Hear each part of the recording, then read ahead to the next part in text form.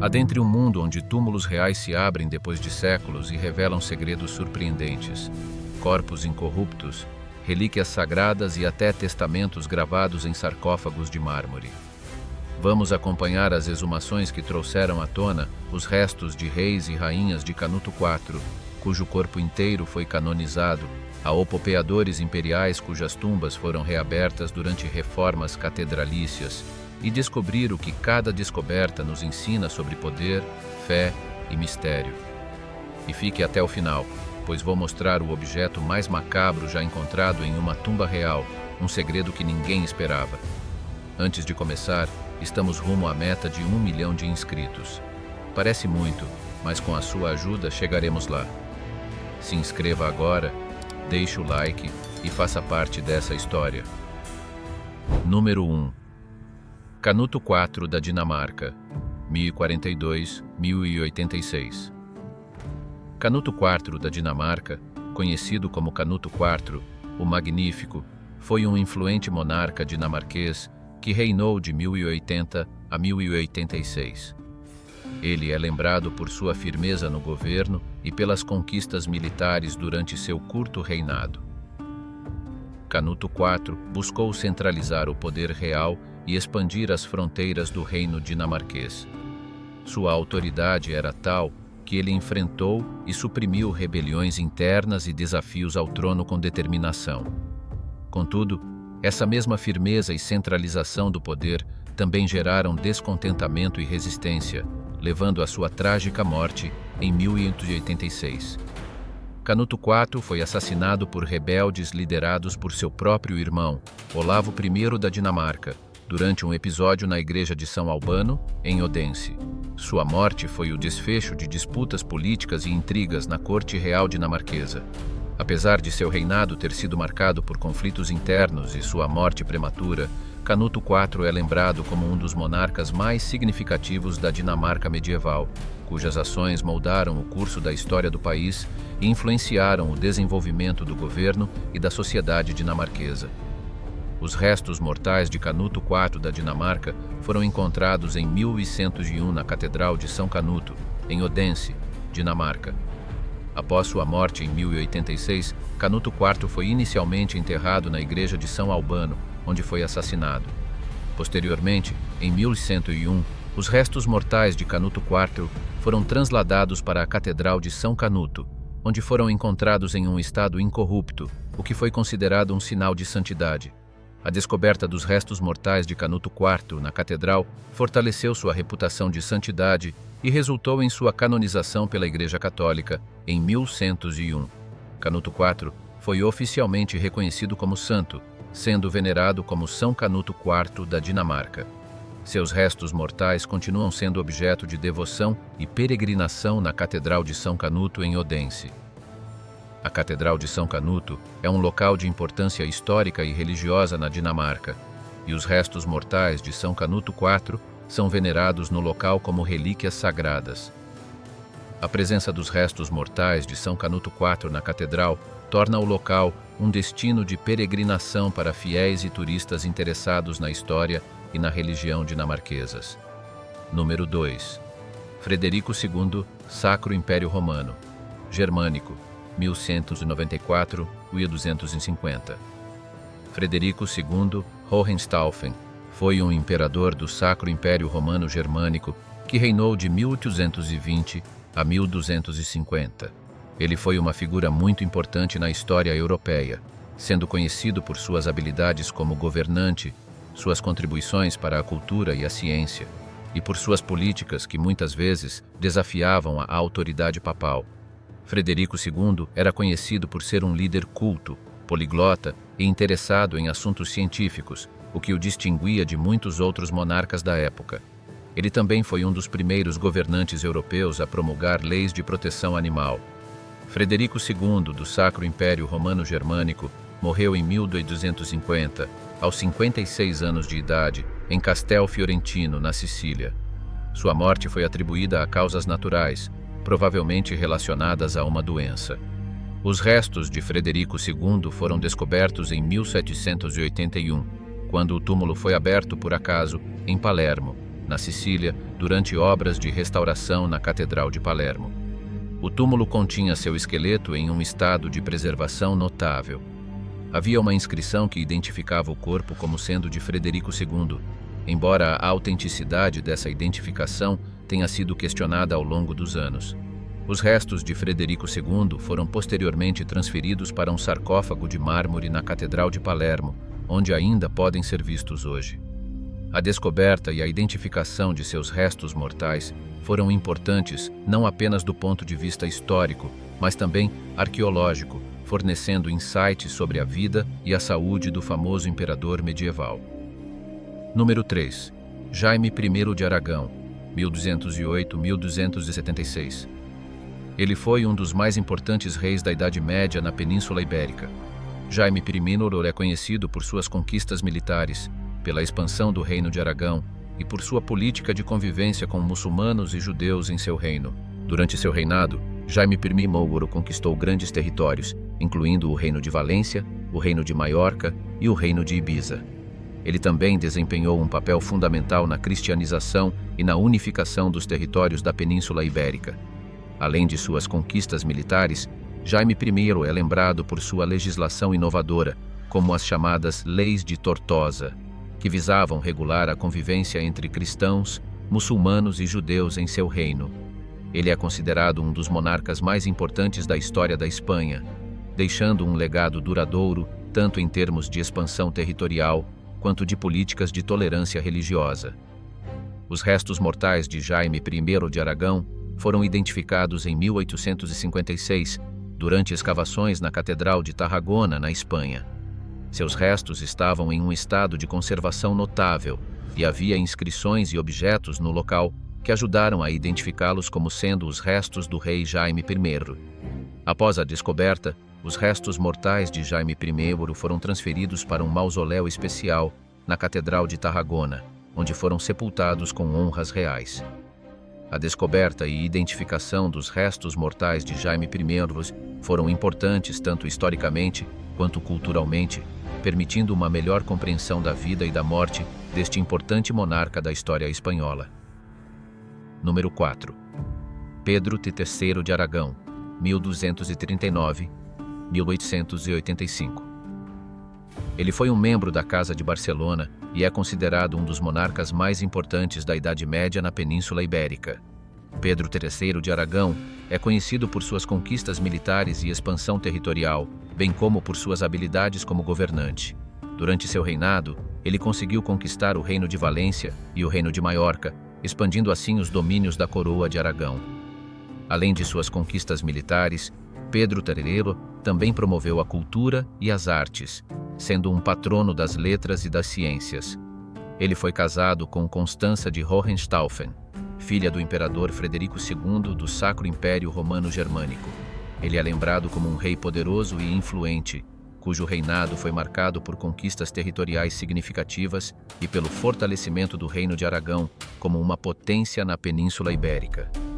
Pedro III de Aragão faleceu em 1885 em Vilafranca del Penedès, na Catalunha, Espanha. A causa da morte de Pedro III de Aragão foi um acidente de cavalo durante uma caçada. Os restos mortais foram inicialmente sepultados na igreja de Santa Maria de Vilafranca del Penedès, onde ele faleceu. Posteriormente, em 1291, seus restos foram transferidos para o Mosteiro de Santes Creus, localizado na província de Tarragona, na Catalunha. O Mosteiro de Santes Creus se tornou o local de descanso final de Pedro III de Aragão, onde seus restos mortais foram sepultados em um túmulo especial. O mosteiro é conhecido por ser um importante exemplo de arquitetura cisterciense na região e também por abrigar os restos de outros membros da realeza catalã e aragonesa. Número 5. Branca de Anjou, Rainha de Aragão, 1880-1310. Branca de Anjou foi uma nobre francesa que se tornou rainha consorte de Aragão. Ela nasceu por volta de 1880 e faleceu em 1310. Branca era filha de Carlos II de Nápoles e de Maria de Hughes de Boa. Branca de Anjou se casou com Jaime II de Aragão em 1295, tornando-se assim rainha consorte de Aragão. Jaime II era rei de Aragão, Valência, Sardenha, Sicília e conde de Barcelona. O casamento teve um significado político importante, fortalecendo as relações entre Aragão e o reino de Nápoles. Branca de Anjou foi uma rainha ativa e influente, desempenhando um papel importante na corte aragonesa. Ela teve vários filhos com Jaime II, incluindo o futuro rei Pedro IV de Aragão. Após a morte de Jaime II, em 1327, Branca de Anjou se dedicou a questões políticas e à regência em nome de seu filho Pedro IV. Ela foi uma figura proeminente na estabilização e administração do reino durante a menoridade de seu filho. Branca de Anjou é lembrada como uma rainha inteligente e capaz, que exerceu uma influência significativa na política e na administração do Reino de Aragão durante um período crucial de sua história. Número 6. Ladislau Pimiburi da Valáquia, em romeno, Vladislav Piri, 1364-1377. Foi um voivoda, príncipe, da Valáquia, uma região historicamente associada à Romênia. Ele reinou como voivoda de Valáquia por 2 vezes, de 1364 a 1377 e de 1377 a 1378. Ladislau I da Valáquia é mais conhecido por suas tentativas de manter a independência de Valáquia em relação aos senhores feudais húngaros e à influência externa. Durante seu reinado, ele enfrentou várias ameaças e conflitos internos e externos, incluindo conflitos com a Hungria e a Bulgária. Foi um líder militar habilidoso e frequentemente associado a lendas e histórias relacionadas à sua coragem e astúcia. Ele é uma figura importante na história da Valáquia e é lembrado como um dos primeiros governantes a tentar resistir efetivamente à interferência estrangeira na região. A causa exata de sua morte não é claramente registrada nos relatos históricos disponíveis. Vladislav I reinou como voivoda da Valáquia em 2 períodos distintos, de 1364 a 1377 e novamente brevemente em 1377. Número 7. Pandolfo III, Malatesta, 1369-1427. Pandolfo III. Malatesta foi um condottiero italiano e senhor de Rímini, pertencente à família Malatesta, uma das famílias nobres mais poderosas da região de Rímini durante o Renascimento. Ele é conhecido por ser um líder militar habilidoso e por seu papel nas intrigas políticas da época. Pandolfo III era conhecido por ser um governante astuto, porém também cruel e implacável em suas ações. A morte de Pandolfo III, Malatesta, ocorreu em 1427 e ele faleceu em Rímini. Após sua morte, os restos mortais de Pandolfo III, Malatesta, foram inicialmente sepultados na igreja de San Francesco, em Rímini. No entanto, durante as guerras napoleônicas, as igrejas da região foram desapropriadas e muitas sepulturas foram destruídas. Como resultado, os restos mortais de Pandolfo III, Malatesta, foram transferidos para localizações desconhecidas e não foram preservados de maneira adequada para a posteridade. Assim, atualmente, não se sabe com certeza onde estão os restos mortais de Pandolfo III, Malatesta, devido à perda de registros e à destruição de sepulturas ao longo dos séculos. O que você está achando do vídeo? Você gosta desse tipo de conteúdo? Então comente. Quero mais histórias. Assim você nos indica que as produções estão agradando e nos motiva a continuar trazendo mais fatos que marcaram a história. Não esqueça de se inscrever no canal, ative o sininho para ser notificado assim que as próximas postagens forem ao ar e também deixe o seu gostei para receber recomendações de conteúdos semelhantes. Seguiu todas as dicas? Então vamos voltar porque vamos falar agora sobre Ana de Mowbray. Número 8. Ana de Mowbray, 1472-1481. Ela era filha de John de Mowbray, 4º Duque de Norfolk, e de Elizabeth Talbot. Ana de Mowbray teve um destino trágico e intrigante. Ela se tornou duquesa de York aos 5 anos de idade, quando se casou com Ricardo de Shrewsbury, 1º Duque de York, que era filho do rei Eduardo IV da Inglaterra. O casamento foi parte de uma estratégia política para unir as famílias nobres da Inglaterra. Ana de Mowbray faleceu em 1481, aos 9 anos de idade. A causa exata de sua morte não é claramente registrada, mas sua morte prematura desencadeou uma disputa sucessória sobre sua herança e títulos. Em 1964, durante obras em uma igreja em Londres, os restos mortais de Anna de Mowbray foram descobertos em um caixão de chumbo. Ela foi enterrada ao lado de seu marido, Ricardo de Shrewsbury, que era conhecido como o Príncipe na Torre, devido ao mistério em torno de sua morte. A exumação dos corpos de Anna de Mowbray e Ricardo de Shrewsbury permitiu a realização de estudos forenses e análises históricas para tentar esclarecer os mistérios em torno de suas vidas e mortes. Número 9. Alexandre Jagiellon da Polônia, 1461-1506. Alexander Jagiellon, também conhecido como Alexander I da Polônia, foi um membro da dinastia Jagiellon, que reinou em vários países da Europa Central e Oriental durante a Idade Média e o Renascimento. Ele nasceu em 5 de agosto de 1461 e faleceu em 19 de agosto de 1506. Alexander Jagiellon foi o grão-duque da Lituânia a partir de 1492 e o rei da Polônia a partir de 1501. Ele era o filho terceiro de Casimiro IV Jagiellon, rei da Polônia e grão-duque da Lituânia. Alexander foi conhecido por ser um líder competente e por suas tentativas de fortalecer a união entre a Polônia e a Lituânia. A morte de Alexander Jagiellon ocorreu em 1506 e foi causada por uma doença desconhecida na época. A causa exata da morte de Alexander não é claramente registrada nos relatos históricos. Número 10. Maria Salviati, 1499-1543. Maria Salviati foi uma nobre italiana que nasceu por volta de 1499 e faleceu em 1543. Ela pertencia à influente família Salviati, de Florença, e tornou-se ainda mais proeminente ao se casar com Giovanni delle Bandinere, um renomado comandante militar e membro da família Médici. Ele teve um papel significativo na política e na sociedade da época, especialmente durante o período da Renascença em Florença. Após a morte de seu marido em batalha, ela assumiu a responsabilidade pela educação de seu filho, Cosimo I de Médici, que se tornaria o primeiro grão-duque da Toscana.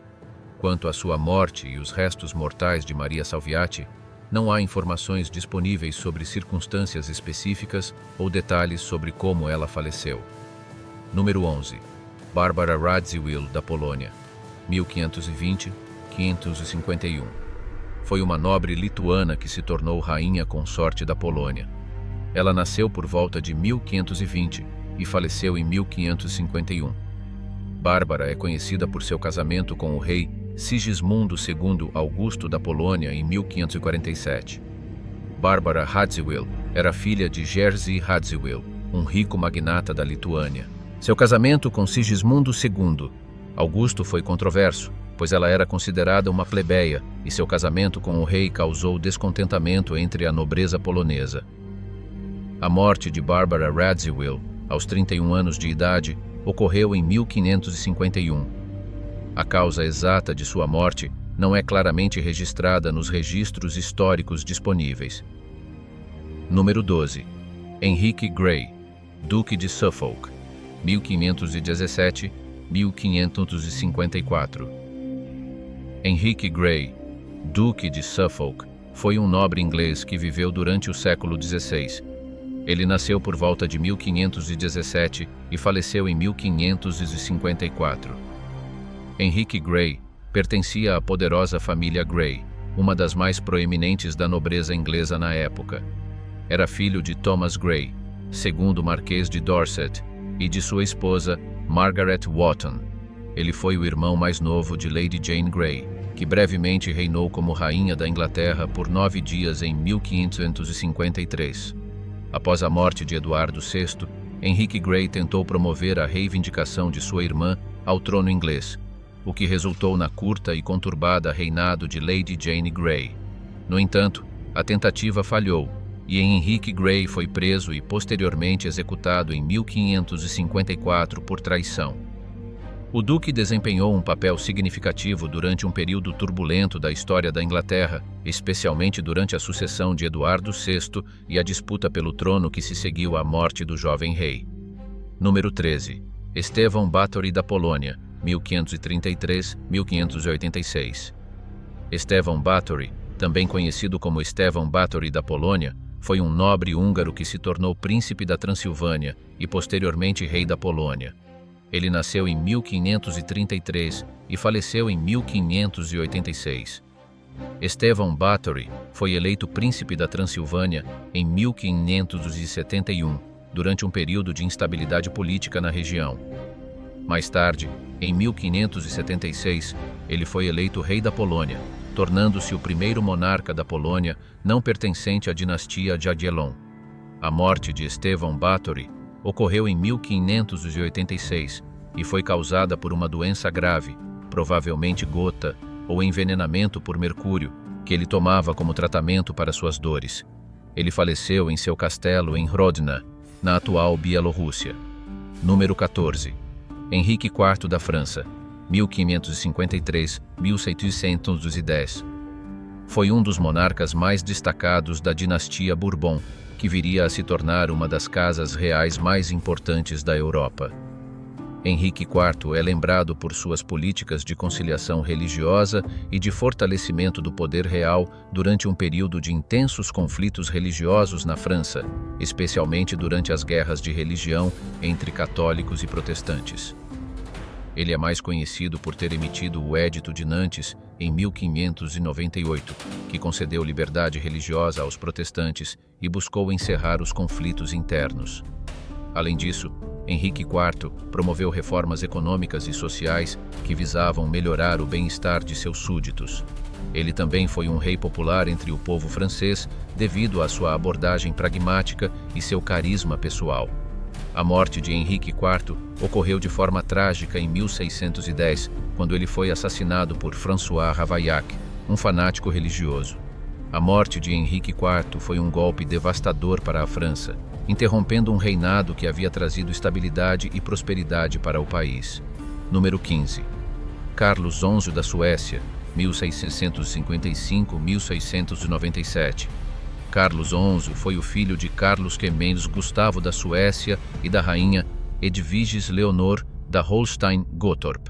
Ele é lembrado por ter sido um monarca absolutista e por ter implementado reformas significativas que fortaleceram a autoridade real na Suécia. Ele conduziu políticas que visavam aumentar a centralização do poder e melhorar as finanças do reino. A morte de Carlos XI da Suécia foi resultado de um câncer. Ele foi diagnosticado com câncer de pulmão em estágio avançado e faleceu aos 41 anos de idade em 1697, após um reinado de 37 anos. Sua morte marcou o fim de uma era na Suécia e o início do reinado de seu filho, Carlos XII, que viria a se envolver em conflitos militares significativos durante seu reinado. Os restos exumados de reis e rainhas contam histórias de grandiosidade, tragédia e mistério, ecoando os suspiros de um passado distante que ressurge para nos lembrar que, apesar do véu do tempo, a majestade e o legado desses soberanos nunca se apagarão. O que você achou do vídeo? Comente! E não esqueça de se inscrever no canal para não perder nenhum vídeo.